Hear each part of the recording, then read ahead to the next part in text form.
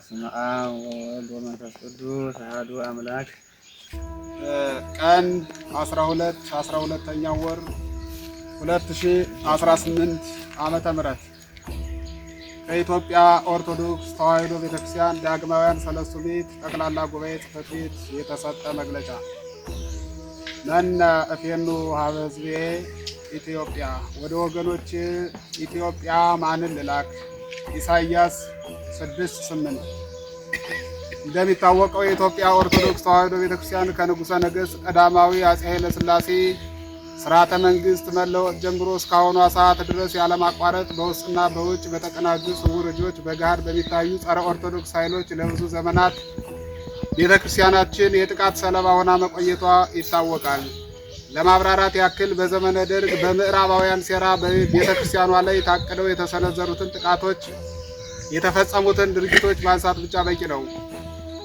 የደርግ አብዮታዊ ወታደራዊ መንግስት እንደ ውሃ ፈሳሽ እንደ እንግዳ ደራሽ ዝም ብሎ የመጣ ጉዳይ አይደለም። በታሪክ እንደምንረዳው የኢትዮጵያ ስርዓተ መንግስትና የኢትዮጵያ ኦርቶዶክስ ተዋሕዶ ቤተክርስቲያን ለምዕራባውያንና ለመካከለኛው ምስራቅ ጸረ ኦርቶዶክስ ኃይሎች በየጊዜው ለሚያደርጉት ወረራና ሴራ ትልቅ ማዕቀብ ሆኖባቸው ግባቸውን እንዳሰቡት አላሳኩም ነበር።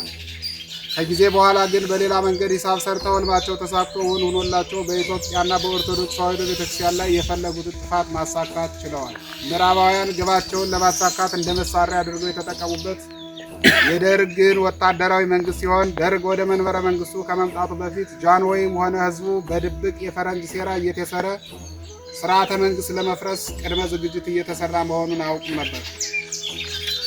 አብዮቱም ውስጥ ለውስጥ በደንብ ከተደራጀ በኋላ የቀሩትን ተልእኮች ለማሳካት እንዲመቻቸው ኮሎኔል መንግስቱ ኃይለማርያም ወደ ውጭ ሄዶ የውጭ ስልጣኔ ተምሮ ቢመጣ ለሀገራችን ለኢትዮጵያ ትልቅ አስተዋጽኦ ይኖረዋል በማለት ለቀዳማዊ አፄ ኃይለ ሥላሴ ሀሳብ እንዲቀርብላቸው ተደረገ።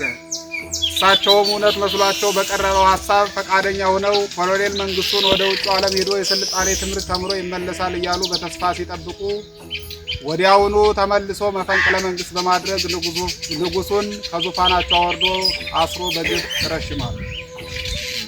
ቀጥሎም ከፈረንጆቹ በተሰጠው የጥፋት ተልዕኮ ከንጉሥ ዳዊትና ከጠቢቡ ሰሎሞን ስርወ መንግስት ጀምሮ የተዘረጋውን የኢትዮጵያ ስርዓተ ንግስና ከስሩ ቆርጦ በመጣል ኢትዮጵያን አሁን ላለችበት ውድቀት ዳርጓታል።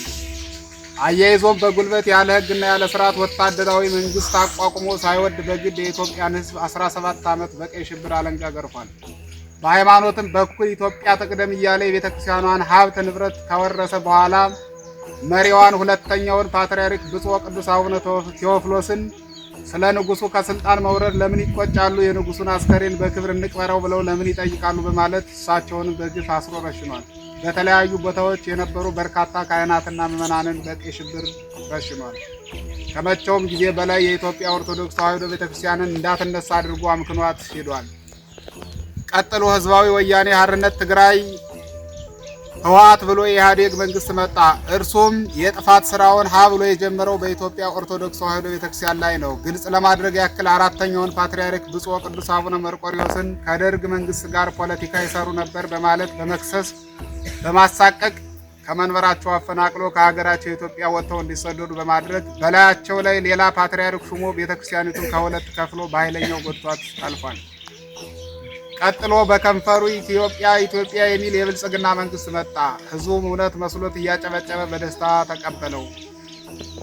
ከሁለት ተከፍሎ በስደት የነበረውን የኢትዮጵያ ቅዱስ ሲኖዶስና ስደተኛውን ፓትርያርክ ብፁዕ ቅዱስ አቡነ መርቆሪዎስን በ2010 ወደ ኢትዮጵያ ሲያመጣቸው ሁላችንም ደስ ብሎን ሙሴ ብለን ዘምረን ሳናበቃ መደመር ለሀገር የሚል ፍልስፍና በሀገሪቱ የታወጀ ቢሆንም በገቢር ግን የኦርቶዶክስ ተዋሕዶ ቤተክርስቲያን ገዳማትን፣ አብያተ ክርስቲያናትን ማውደም፣ ማቃጠል፣ የነቁ አገልጋዮቿን ማዋከብ፣ ማሰር፣ ከሀገር ባለቤትነት መንቀል 2012 ዓ.ም ባወጣው የብልጽግናው የፓርቲው የጥር ወር ህትመት በግልጽ እንዳመለከተው ኦርቶዶክስ ተዋሕዶ ሃይማኖት ለሀገር እድገት ጎታች እንደሆነችና ከተቋም እስከ አማኞቿ ድረስ መቀነስ እንዳለባት በግልጽ አውጇል። ቀጥሎም እና አባ ሳዊሮስን ይዞ የኦሮሞ ብሔር ቤተ ክህነት እንዲቋቋም ፈቃድ ሰጥቶ በሻሸመኔ በአርሲ በብዙ ሺህ የሚቆጠሩ ካህናት ምዕመናን እንዲታረዱ ቤተክርስቲያኒቱን ጥቁር እንድትለብስ እንደ ጧፍ እንድትነድ አደረገ።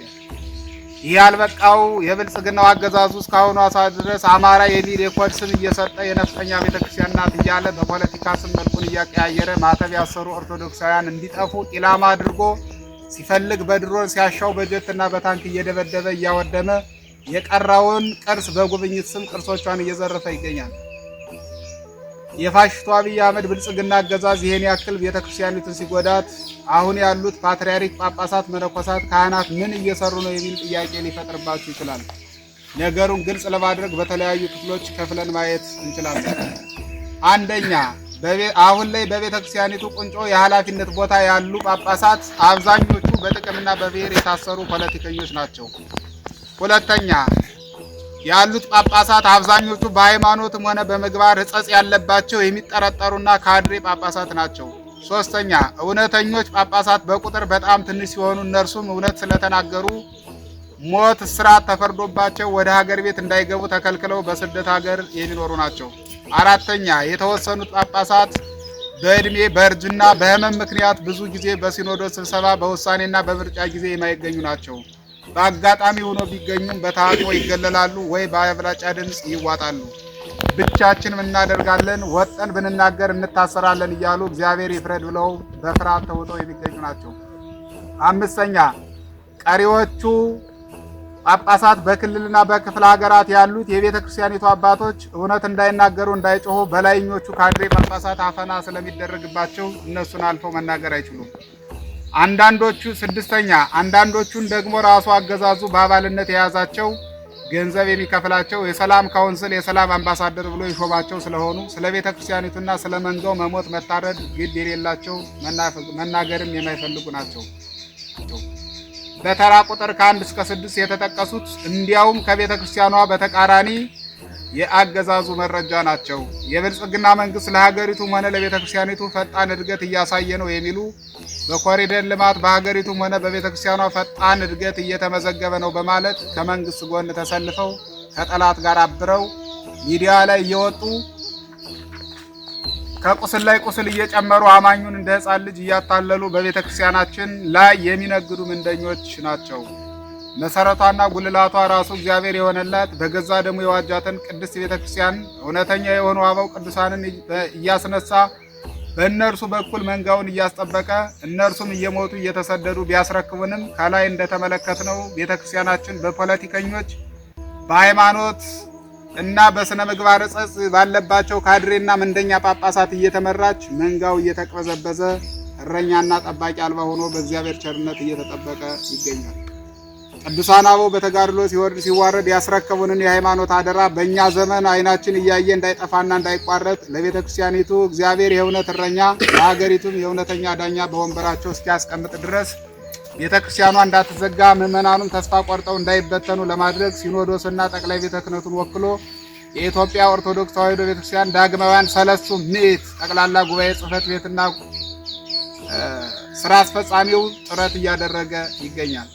የኢትዮጵያ ኦርቶዶክስ ተዋሕዶ ቤተክርስቲያን ዳግማውያን ሰለስቱ ምዕት ጠቅላላ ጉባኤ ጽሕፈት ቤት ከ10,000 በላይ የሚሆኑ ሊቃውንት፣ መምህራን፣ ካህናትና ዲያቆናትን እንዲሁም ከ22 ሚሊዮን በላይ የሚሆኑ የእምነቱ ተከታይ ምዕመናንን በማነጋገር በተጨማሪ በውጭ ዓለም በአሜሪካ፣ በካናዳ፣ በእስያ፣ በመካከለኛው ምስራቅና በመላው አፍሪካ ውስጥ የሚገኙ የቤተክርስቲያኒቱን ሊቃውንት በማሳተፍ መዋቅሩን በአራቱ ማዕዘን ዘርግቶ እየተንቀሳቀሰ ይገኛል።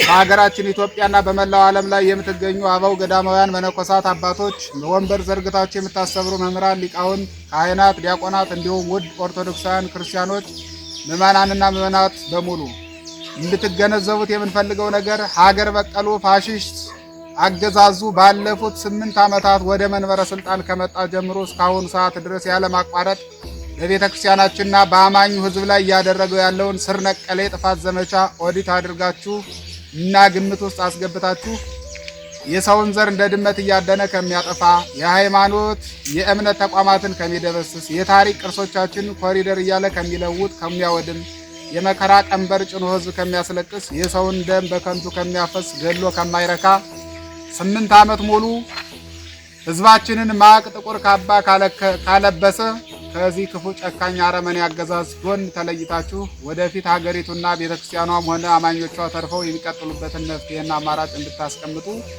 በሰው ልጆች አምላክ በእግዚአብሔር ስም አደራ እንላለን።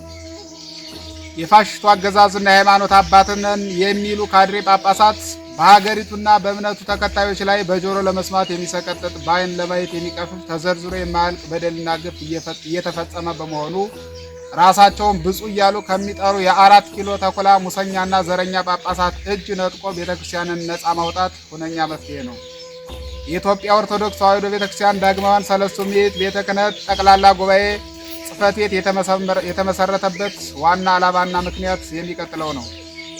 አንደኛ፣ በቤተ ክርስቲያናችን ላይ መንጋውን ለመጠበቅ ቅዱስ ሲኖዶስን ወክለው የተሾሙ 80 የሚደርሱ ጳጳሳት ተቀምጠው በፋሽስቱ አብይ አህመድ አሊ ትእዛዝ ቤተ ክርስቲያኗ ከሀገር እንዳትኖር ስር ነቀል ጥፋት ሲታወጅባት ምዕመኖቿ በየሜዳው እንደ በግ ሲታረዱ 8 ዓመት ሙሉ ክቡር የሆነው የሰው ልጆች ሕይወት በከንቱ ሲያልፍ የክርስቲያኖች ደም እንደ ጎርፍ በምድር ላይ ሲፈስ ከጫፍ እስከ ጫፍ ክርስቲያኖች ከኢትዮጵያ ምድር እንደ ዲዮቅልጥያኖስ ዘመን እየታደኑ በድሮና በከባድ መሳሪያ ሲጨፈጨፉ ለምሳሌ ያክል በአርሲ፣ በወለጋ፣ በጅጅጋ፣ በዝቋላ ገዳም፣ በጎጃም ደብረ ኤልያስ፣ መራዊ፣ በጎንደር በጠቅላላው በወሎ አትሮንሰ ማርያም፣ አጣዬ በቅርቡ በቀን 11ኛው ወር 2018 ዓ.ም በመካነ ሰላም አባይ ማዶ ቅድስት አርሴማ ገዳም መናንያኑ በድሮን ሲጨፈጨፉ ለምን ብሎ መንግስትን የሚጠይቅ አማኙን የሚያጽናና የሃይማኖት መሪ የቤተክርስቲያን አባት ፈጽሞ በመጥፋቱ። 2. በስመ ጵጵስናና መንኩስና ሽፋን ተደብቀው ገዢዎቹ በየጊዜው ሲቀያየሩ እነሱም ከአንዱ ወደ አንዱ እየተሸጋገሩ ደርግ ሲመጣ ከደርግ ጋር፣ ወያኔ ሲመጣ ከወያኔ ጋር፣ ብልጽግና ሲመጣ ከብልጽግና ጋር እያሉ ተረኛና ጎብዳጅ በመሆን ለመንጋው ተሹመው ሳለ ከተረኞችና ከባንዳዎች ጎን እየተሰለፉ ልዩ ልዩ ተልዕኮ በመያዝ ለረጅም ዓመታት ቤተክርስቲያኒቱን በቁሟ የሸጡና ለመንጋው የማይታመኑ በመሆናቸው። 3. 70% የሚሆኑት ጳጳሳት ጉቦ ከፍለው የተሾሙ፣ ገንዘብ ተቀብለው የሚሾሙ፣ የመንፈስ ቅዱስን ሀብት በገንዘብ የሚቀይሩ፣ የደከሙና እየደከሙ ያሉ የቤተክርስቲያኒቱን ሊቃውንት በከንቱ ያስቀሩ፣ ከሲኖዶስ ጽሕፈት ቤት እስከ ጠቅላይ ቤተ ክህነት ከሀገረ ስብከት እስከ ወረዳ ቤተ ክህነት ድረስ ያለው ኃላፊነት በጳጳሳት ቤተሰብ የተመላ በዘርና በጎጥ የተሳሰረ ቆብና ቀሚስ ያጠለቁ ሽፍቶችና የወንበዴዎች ዋሻ በመሆኑ። 4. በትግራይ ጦርነት አብዛኞቹ ጳጳሳት የጦርነቱ ተሳታፊ የነበሩና ከብልጽግና ጎን ተሰልፈው ለ3000 ዓመታት ሃይማኖት ሲጠብቅ የኖረ ታሪካዊ ሕዝብ እንደ አክሱም ጽዮን፣ እንደ ደብረ ዳሞ የመሳሰሉ ጥንታውያን ገዳማት፣ ቅዱሳት መካናት በድሮን ሲወድሙ ካህናቱ ያሁሉ አማኝ እንደ ቅጠል ሲረግፍ የተረፉት በረሃብ አለንጋ ሲገረፉ እንደ ሃይማኖት አባት ቆም ብሎ የሚያጽናና ሆነ የደገፈ ባለመኖሩ። 5. በባዶ እግሩ እየሄደ ሀገር ጠብቆ ለትውልድ ያሸጋገረ ከፍየል ሌጦ ብራና ዳምጦ ቀለም በጥብጦ በደሙ ታሪክና ድርሳን ጽፎ ፍትህ መንፈሳዊና ፍትሐ ብሔር ቀርጾ ኢትዮጵያን አጽንቶ ያቆየው ታላቁ የአማራ ሕዝብ ክተት ሰራዊት ምታ ነጋሪት ተብሎ ለ3 ዓመታት ጦርነት ታውጆበት ንጹሐን ሴቶችና ሕፃናት የቆሎ ተማሪዎች ሳይቀሩ በጅምላ እየተጨፈጨፉ ካህናት፣ ዲያቆናት እየተረሸኑ የአማራ መሬት አኬልዳማ የደም ምድር ሲሆን ሲኖዶሱ አንድ ቀን እንኳ በይፋ መግለጫ አውጥቶ ጦርነት ይቁም ብሎ ባለማወጁ። 6. ቤተ ክርስቲያኗ ሕግ አርቃቂ ሆና እያለች በሕግ አለመመራቷና ሕግ አልባ መሆኗ። ለዚህም ማሳያ የሚሆነው ከቃለ ዓዋዲው ጀምሮ እስከ መመሪያው ድረስ ጳጳሳቱን በገንዘብ የበላይነትና በንብረት ማማ የሚያስቀምጥ እነሱም ብቻ ጠቅሞ ሌላውን አገልጋይና የተገልጋዩን ሕዝብ ያገለለ ለቤተ ክርስቲያን የማይጠቅም የጳጳሳቱ መደበቂያ ዋሻ በመሆኑ። 7. የቤተ ክህነቱ መዋቅር ከላይ እስከታች ድረስ በብልሹ አሰራር በስነ ምግባር የወደቀ መሆኑ። ለዚህ አመልካች የሚሆነን በአዲስ አበባ በሐዋሳና መሰል ቦታዎች አገልጋይ በደላላ ተደራድሮ በ100 ሺህ ገንዘብ ከፍሎ የሚቀጠርበት ተቋም ድርጅት መሆኑ። 8. ታይቶ ተሰምቶ በማይታወቅ ሁኔታ ቤተ ክርስቲያኗ ለመንግስት ግብር እንድትገብር በመንግስት መስሪያ ቤት ገንዘቧ ኦዲት እንዲደረግ መፈራረማቸው። 9. ለኮሪደር ልማት በማለት የቤተ ክርስቲያኗን ገንዘብ ለአዲስ አበባ ከተማ አስተዳደር 35 ሚሊዮን ብር፣ ለመከላከያ ሰራዊት 500 ሚሊዮን ብር ለድሮን መግዣ በመስጠት ዳግም አብያተ ክርስቲያናት፣ ገዳማት እንዲወድሙ፣ ክርስቲያኖች እንዲጨፈጨፉ በማድረጋቸው። 10. እውነተኞች መምህራን ስለ ቤተ ክርስቲያን መጎዳት፣ ስለ መንጋው መሞት ሲናገሩ ሲያስተምሩ ሕዝብ ያሳምጻሉ፣ መንግስትን ይቃወማሉ በማለት ምስጢር እንዳይወጣ በጳጳሳት እየተከሰሱ እንደ ወንጀለኛ ተቆጥረው በሺህ የሚቆጠሩ አገልጋዮች በየማረሚያ ቤቱ እንዲታሰሩ በማድረጋቸው 11 በካድሬ ጳጳሳት ምክንያት አንዲቷ የኢትዮጵያ ኦርቶዶክስ ተዋሕዶ ቤተክርስቲያን ከአራት መከፈሏ፣ አንደኛ መንበረ ጴጥሮስ የኦሮሞ ቤተ ክህነት፣ ሁለተኛ መንበረ ሰላማ የትግራይ ቤተ ክህነት፣ አራተኛ መንበረ ማርቆስ የቅባት ቤተ ክህነት፣